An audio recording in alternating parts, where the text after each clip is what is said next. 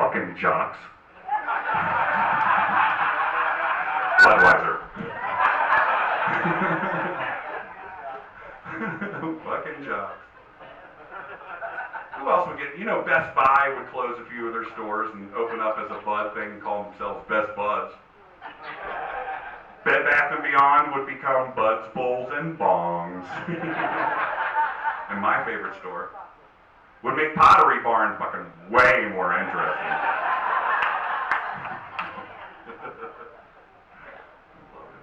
I love my job. This is a cool job. I got a cool job. The only thing is, though, there is a lot of difference between playing the music and being in comedy. And a lot of my friends, a lot of people, I thought it was going to be easy. I thought it was going to be an easy transition. I'm like, man, I played in front of, again, Korn, Linkin Park, Limp Bizkit, which is weird. I was at Bloomington, Indiana on campus not long ago. I said those 3 band names, and a girl sitting right up front, she was like, those are old people bands.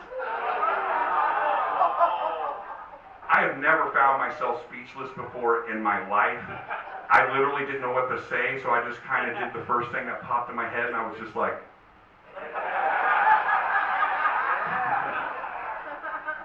love it. I'll tell you one story, and I got to get out of here, man. You guys have heard of it. Even if you're not a fan of them, pretty much everybody in here has heard of the band Judas Priest. Judas Priest. Akron boy, man. Akron boy, right not far from us, man. A buddy of mine, Tim Ripper Owens. He got to sing with them for like 8 years. Awesome for a, Buckeye used to go up there and, man, live his dream and sing with one of the biggest, rock metal bands in the world. And I was so happy for him. But then he told me something. We got to play with them in Cleveland. We got to open, and I heard something.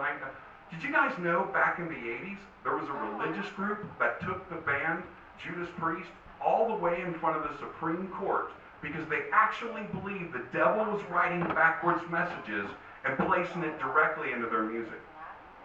That happened? They told me that, and I was like, dude, really? How fucked up were people in the 80s?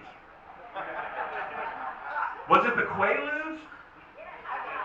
See, I don't know, my generation never got to try Quaaludes because apparently Bill Cosby bought all of them.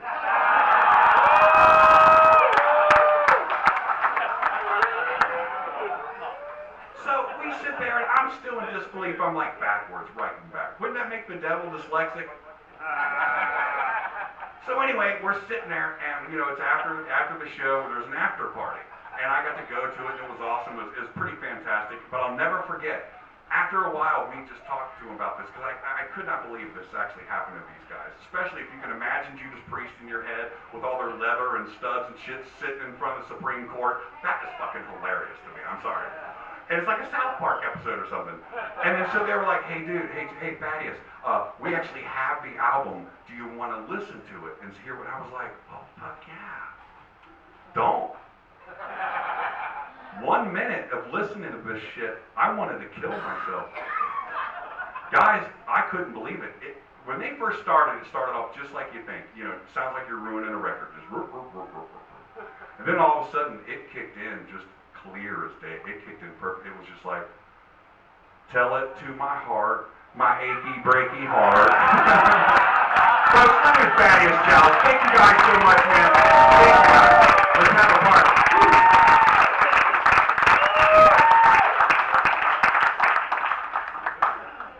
Big round of applause. Thaddeus Challenge!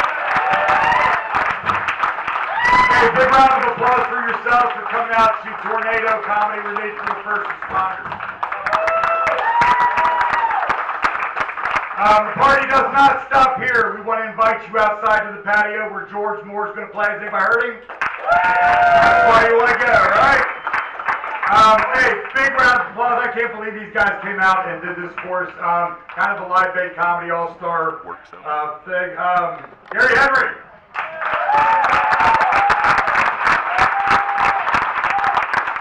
My man, Tony Corbin-Brock.